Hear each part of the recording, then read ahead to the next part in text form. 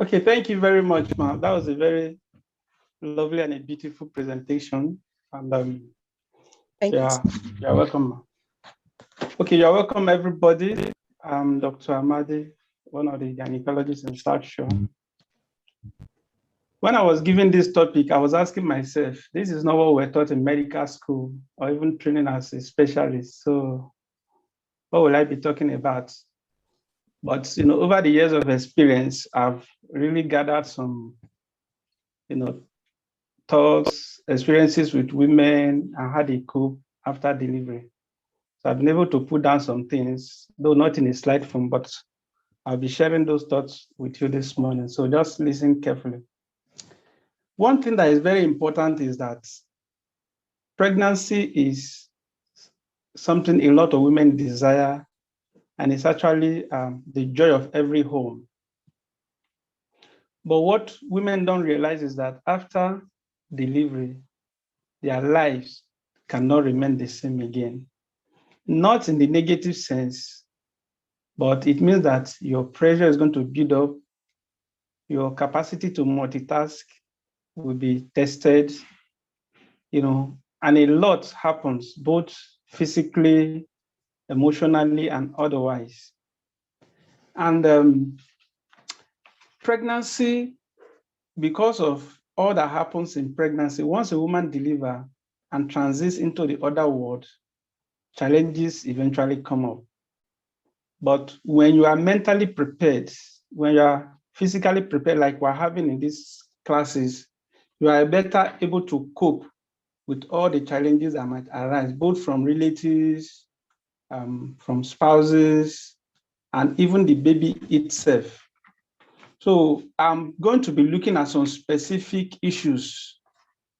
Mrs. Bai has spoken a lot on both the social and some medical condition, but I'll just be taking some specific issues and then talk on them one after the other.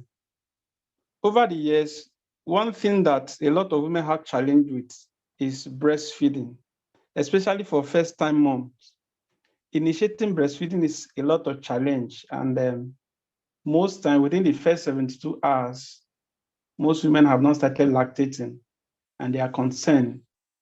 Within that period, the babies can be fed with breast milk substitutes, but we encourage the mothers to ensure that those baby latches on the nipple and suckles as much as possible, because it's the suckling and the reflex that is going to bring down the breast milk. So some women will tell you that my baby is sucking, but nothing is coming out. So let's just continue with the breast milk substitute. If you continue like that, it becomes very difficult for the woman to even initiate lactation. So I will encourage them. Those are one of the afterlife experiences that can hit a woman's heart. In fact, for some women, they almost never lactate. We've had some couple of women like that eventually, for no reason, not because they have medical condition that prevented them from breastfeeding, but because breast milk never came at all, no matter how hard they tried. Sometimes it might be understandable if that woman had a severe bleeding in the course of labor and delivery, but for some, there is nothing like that. So initiating breastfeeding and having those babies properly breastfed is a very important thing that a woman needs to tackle after delivery. And I'm sure that in some other classes, we would have learned how to appropriately place the baby. You don't need to bend down to the baby's level. The baby is held in the non-dominant hand. If you're a right-handed person, most time, it's preferable to hold the baby on your left hand so that you can use the right hand to do other things. And the baby's bum is sitting directly on your elbow while the hand rests and stabilizes, the palm rests and stabilizes the head. And then you bring the baby to the nipple as much as possible. But we are being careful so that the baby nostrils are not blocked, by the breast. So in that way, the woman is comfortable, the baby is comfortable, and the baby breastfeeds well. So that's one area that we need to look at. Then the other thing is lochia. That is the flow after delivery, blood and some off-white discharges that come thereafter. A lot of women find it difficult to cope with managing lochia, especially the first timers. Now, in the first 3 days, it's pure blood. for some women, it's heavier than others. They may be changing like 2 to 3 parts, those confits or newly born mother's part per day, or even more. Then in the next 3 days, that's like 4 to 7 days, it becomes brownish, and finally it gets to off-white. Within 2 to 3 weeks, a lot of women will stop experiencing low carb, but for some, it lasts up to 6 weeks. So a woman needs to be very well prepared for this and know how to maintain her hygiene, because these are periods that she can get infection, puerperal sepsis, if she's not taking proper care of her hygiene. So as much as possible, the undies are washed, dried, and ironed, and the bath and everywhere is properly taken care of. So it's a lot of challenge for most women, but it's something they need to cope with. For some, at about 10 to 14 days after delivery, they might notice a bright red blood, and it gets a lot worried. But almost always, it might not be a cause of infection, though infection could be an issue you need to consider. But at that point, the point where the placenta separated is, falls off. So it's like a scar that just drop off, and then there's a sudden gush of blood. Thereafter, it ceases. So most women might not be alarmed, but you can call in if you're in such a position, okay, so that you can be properly advised. But then it could also be a sign of infection. So if it continues, you might need to seek medical help. A lot of women also have problems trying to walk in the first few days or weeks after delivery, especially for those that have vaginal delivery and such babies are big. What happens most times is that the symphysis pubis, which is the joint in front of the, just slightly above the vagina and below the navel, is a fixed joint. But the pressure of the baby's head coming down tends to slightly separate it a little. So it gives women gait issues. But along the line, it's something that can heal on itself with good analgesics, or the woman may be needing a postpartum hip bed just to keep it steady while the healing takes place. That's quite important. For some other women in the course of practice, I've noticed that they come around and they have what we call rectal diastasis. The rectus abdominis muscle is one of those muscles that there are 2 on both sides. And if you notice the black line that runs in the middle of a woman's tummy, we call that the linea nigra, the black line. Beside them, we have the rectus abdominis muscle. The growing tummy has a way of trying to separate them. And for some women after delivery, the separation becomes very marked, and it looks like a hernia. That's the protrusion of part of the intestine out of the place. So women come in with concern, but we advise them that, hold on, it's going to come back with time. Postpartum bed strap can help take care of that too. But that's not the time that you get involved in vigorous tummy training exercise, because that will keep opening up the rectal diastasis, and it might not be able to close on its own except with medical intervention. So that's quite important. Then another specific issue we have noticed in the course of postpartum life is what we call incontinence, both fecal and urinary incontinence. But for most women, is urinary incontinence. And some people have actually said that after 1 or 2 deliveries, it's almost difficult for most women to achieve complete urinary continence. And I've seen that a lot. The woman will tell you that she just busted into laughter following a very amusing statement, or she coughed and she noticed that urine is just jetting out uncontrollably. So once that happens, we encourage those women to carry out what we call the Keger pelvic exercise. Now, how do you perform Keger pelvic exercise? How I teach my patients is that you tell them, when you are passing urine, midway, try to stop the urine from coming. So those muscles that you contract, those are the muscles you need to be, exercising from time to time. And you can do that as several times as possible. You don't need to tell anybody that you are doing it in the day, when you are resting, you are breastfeeding, you are with people. So as much as you do that, it helps to strengthen the pelvic muscles, and that can actually control the incontinence most of the time. But if it persists, you might actually need to seek medical help, and that will sort out that problem, because it can be quite embarrassing for some women, especially in office places. You just laughed and all of a sudden you notice that there's wetness in your clothing. Mrs. Sipai has spoken very well, but I think one other area we cannot overemphasize is the issue of sex after delivery. One day I was in clinic, a woman met me and said that for 6 months after delivery, she's not had sex with the husband. And I was like, is that possible? He said, yes, so that she's not interested, she doesn't feel like it. So I really took time to counsel. I said, madam, I understand how you might feel, but 6 months after delivery, you've not had sexual intimacy with your husband. Have you asked your husband how he felt or how he feels about it? So a lot of women are shy to talk about sex, but it's a very important aspect of relationship and life after birth. Now, what affects some women from initiating sex after delivery? The way they look, maybe there's a change in their body perception, so they're not happy with themselves. They say, I've gotten so fat, I'm not, you look at themselves in the mirror, they're not happy with what they are seeing. So it affects them emotionally, it affects them, completely, to even avoid sex. It's understandable if it's the first few weeks or maybe months after delivery, because there might be tears, or a woman had a cesarean section, so we don't want any injury. But prolonging it to like 6 months, is something that couples need to really talk about. Like Mrs. Ikpai said, we advise commonly for 6 sessions, 6 to 8 weeks. Normal deliveries as from 4 weeks. If the couples are interested, they can actually resume sex. But it's something that both of them should sit down and discuss. It shouldn't be that, okay, I have delivered, the stress of taking care of the baby. We understand that it's quite stressful, but the man may be quiet, but you may not understand what may be going on, outside the home. So a woman should, at that point, see that it's like a duty.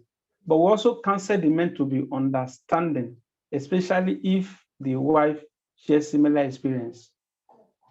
In marriages and in clinics, I've seen that issue of sex, especially after delivery, has been a very major, contentious issue in most marriages. So it's an issue that couples need to discuss, and then don't be shy to tell your husband, okay, this is how I feel, and let him understand, except, if it's absolutely necessary that for some time, let's just hold on. Otherwise, it's important to resume that aspect of your life. Very, very important. Now, another thing is sleep. It cannot be overemphasized in the afterbirth experience, because once a woman delivers, babies are used to nocturnal life. Most of the time, they are awake at night because that's when mom is sleeping and everywhere is calm. But in the daytime, as you walk about, do your daily duty, you are rocking the baby in the womb. So most babies will be sleeping. But at night, when you are sleeping, the babies are active. Immediately after delivery, they want to continue that pattern of life. So most babies will sleep during the daytime, but at night they will be awake. The mothers are breastfeeding, they are not resting. And by the time that cycle continues, this woman wakes up fatigued, tired, and she feels like, have I done anything wrong by bringing a baby to life? And sooner than later, it tips on to puerperal blues, because studies have shown that up to 80% of women actually have puerperal blues, starting from the second day of life. And I've had a patient like that she just delivered. 1 or 2 days after, she became so disinterested in the child and everything. And the relatives around her, the husband and other, didn't understand what was happening to her. And she never reported to the hospital. So she just abandoned her child for a complete whole day. And the child was even running fever. The child developed jaundice. And before they knew what happened, they just touched the baby. The baby was no longer alive. So it was a very sad experience. So women should learn to rest and sleep. And if your body is demanding sleep, just tell your hubby or any support person, your mother-in-law, anybody around, please help me take care of the baby. You can express breast milk and go to a separate room and have a quality rest. Otherwise, a lot of women go into severe stress in the immediate postpartum period. And that can even tip some of them to depression too. And that can last for quite a lot of time. So it's very, very important for women to appreciate that after delivery, your life does not remain the same again. And there are a lot you need to do to cope with this. The other issue is the issue of weight loss. A lot of postpartum women have issues with weight loss. They want to go back to their pre-pregnancy state as soon as possible. It is not magic. You took 9 months to gather this weight, so you don't expect it to disappear within a short period of time. Like Ms. Ikpai said, don't be too hard on yourself, but be deliberate about it if you want to actually lose weight. In the early postpartum period, the metabolic rate is very high, the breastfeeding, so women tend to eat a lot, drink a lot of fluid so as to cope up with the breastfeeding experience and all the other things. So if you want to lose weight, you are deliberate about your feeding, eat balanced diet, take a lot of vegetables, fruits, high calorie diet, and ensure that you don't keep eating and eating and eating. Why not taking the appropriate diet? The weight will be shared with time, the fluids, all the extra weight that the body gathered in the course of pregnancy, they will be shared alongside with maintaining your proper diet. Now, what happens is that people go to Instagram, they go to all these social media handles and see celebrities faking features of how they quickly return back to their postpartum life. And it becomes like a standard for a lot of people. Because of that, they become so hard on themselves. I want to be like this celebrity. But those things are not realistic. Some of them might not be actually saying the actual fact. And for some, they just deliver the baby and say, you know what, I don't want to breastfeed because I don't want my breast to sag. I don't want to become so much. So they will not tell you the other things they didn't do, because the joy of a woman is after delivering the baby, you want to breastfeed this baby. It increases bonding, it increases the baby's natural immunity, and studies have shown that breastfed babies actually have higher immunity and even better intellectual capacity later on in life. So you don't want to, deny your baby of this very important fact because you just want to lose weight quickly, start keto diet, and get back to your pre-pregnancy weight. So those unrealistic expectations is what mothers should try to jettison and follow themselves gently. And eventually, you discover that by the time you stop breastfeeding, or after like 6 months, you are getting back to your pre-pregnancy weight. But it is almost not possible for you to become as you were when you went to the altar, like Mrs. Ikpai said. So we should get that very clear. So as soon as you accept that, you become less hard on yourself, and then you continue with a life. Then color. A lot of women are also interested in their color. I'm still dark. It is natural. The melanocortin and all the things produced in the pregnancy darkens the woman. But as the effect of pregnancy wears off, the color starts changing gradually. So you don't have to go get anything to make yourself, fairer than you ought to be, but just maintain your normal diet, and then the color will come back eventually. One other important area of postpartum life is care of episiotomy wound, or women that have tear, either a first degree, just the skin, or with the muscle involved. It's very important because if this is not properly done, a lot of women come down with broken down perineal tears or episiotomy wound. And what happens is that those wounds eventually will heal with what we call secondary infection. They don't heal with very fine scar. And because of that, if a woman wants to initiate sex thereafter, they have a lot of pain. That's dyspareunia. And that makes some women not to want to even get back to this part of their life. So care of the episiotomy wound is very, very important for those that have episiotomy or those that have tear, especially for those that have vaginal delivery. And what we advise women is that you don't need to be sitting in hot water or whatsoever. Just have your Savlon with warm water. Anytime you use the loo, either to defecate or to urinate, just wash with warm water mixed with Savlon. And that's enough. The whole essence is just to make sure that the bacterial load around that place is reduced as much as possible. Because like you all know, the vagina is not a sterile environment. It's something that nature has created so as to take care of itself. So there's a balance in both the microorganisms and other things that are around the place to keep it as sterile as much as possible. Then baby's immunization and the mother's ability to check for baby's jaundice.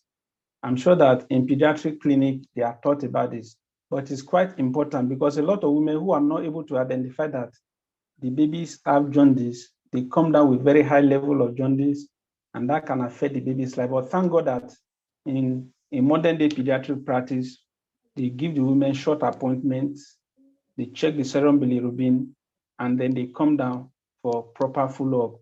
Otherwise, there have been cases that women are not able to notice that these baby's eyes are yellow, the skin is yellow, until it becomes so obvious. And by the time they are getting to the hospital, a lot of damage would have been done. I won't bother us with care of the navel, but that's a very important aspect of the after-birth life. Now, in our environment, especially we as Africans, how do we cope with visitors?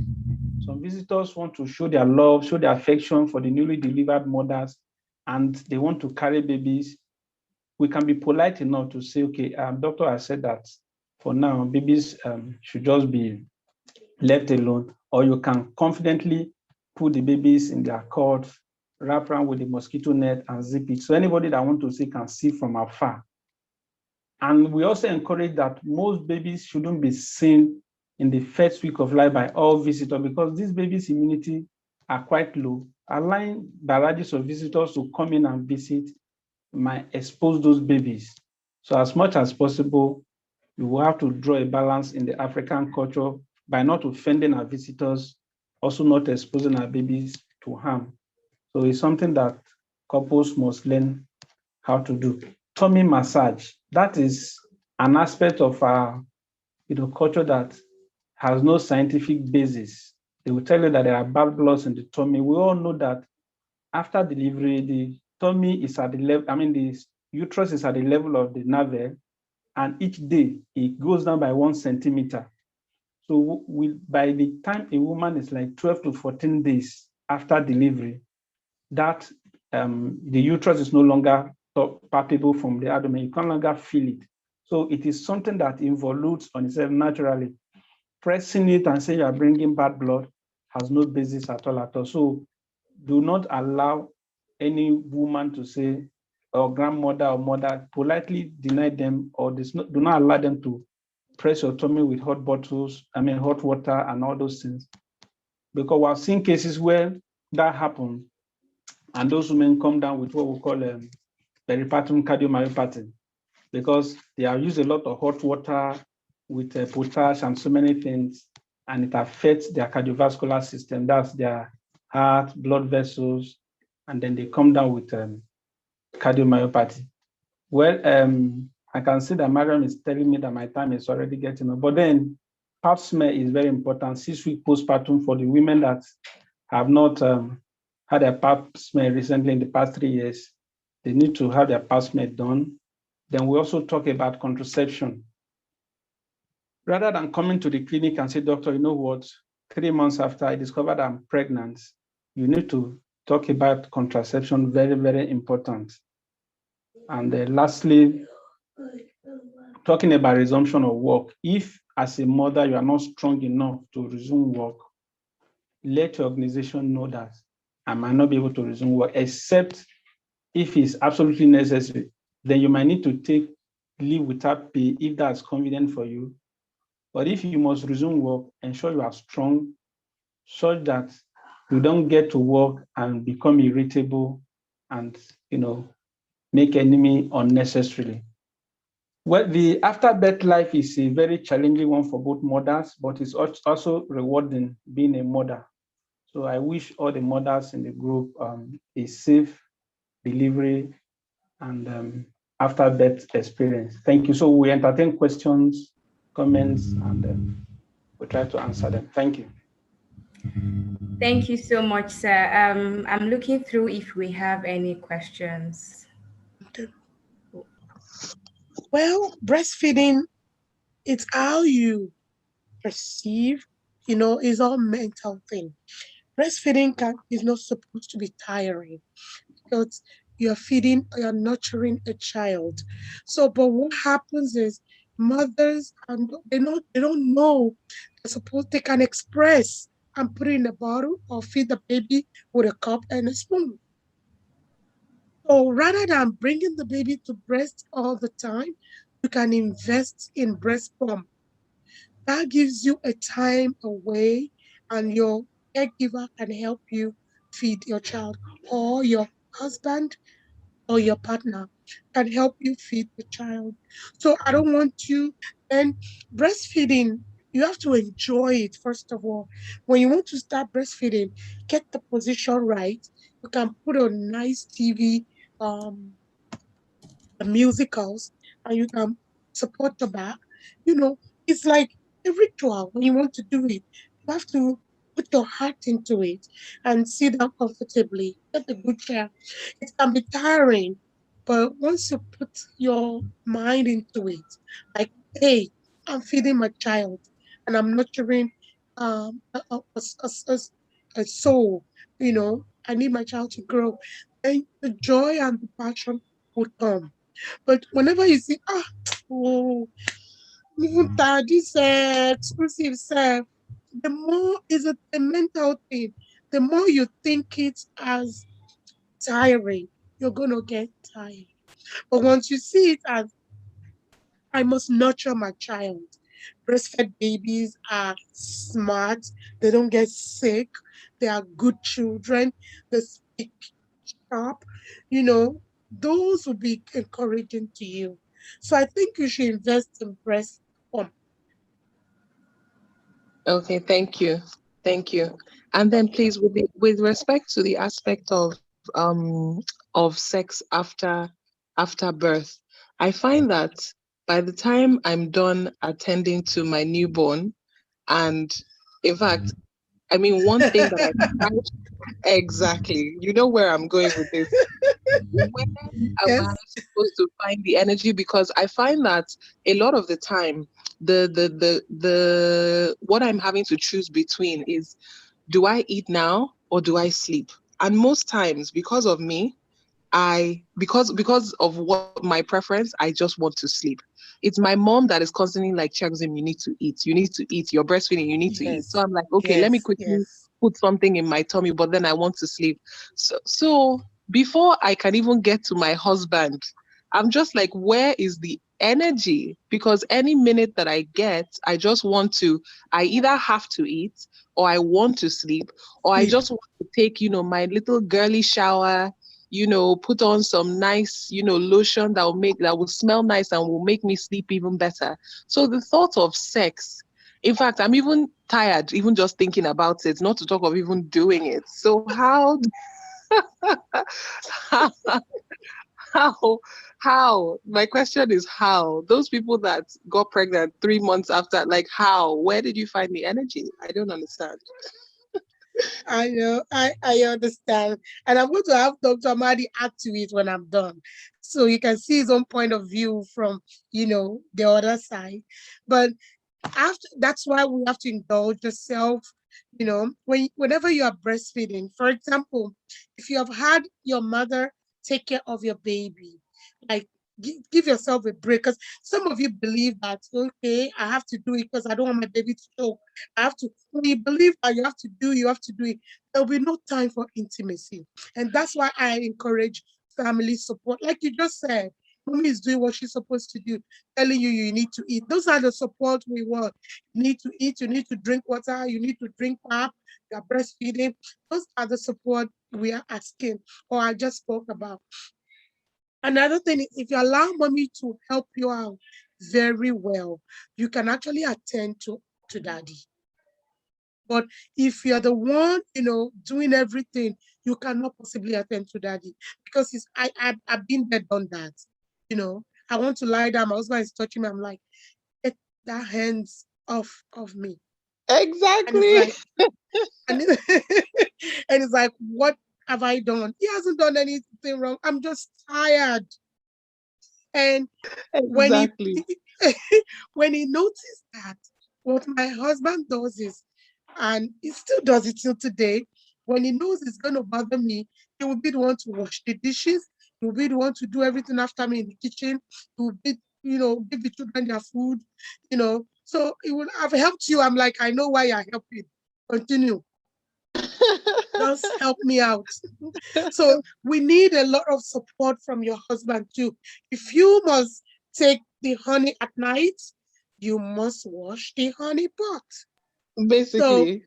So I think at this point, daddy needs to chip in. Whenever you see your husband help you and they ask at night, like, I just want to hold you, you feel bad if you don't give it. Because he has been running up and down, getting you the baby's diaper, give him some reward. Even sometimes we don't feel like it. Just, I won't lie to you. Sometimes I pretend I'm in the mood, then he just do Yes. so he can be happy. And he Yes. can now help me tomorrow, give and take until I pass that, until that mood goes away, that newly mom goes away. And that's how I am talking out of experience. And I'm sharing my experience with you. Maybe it will help.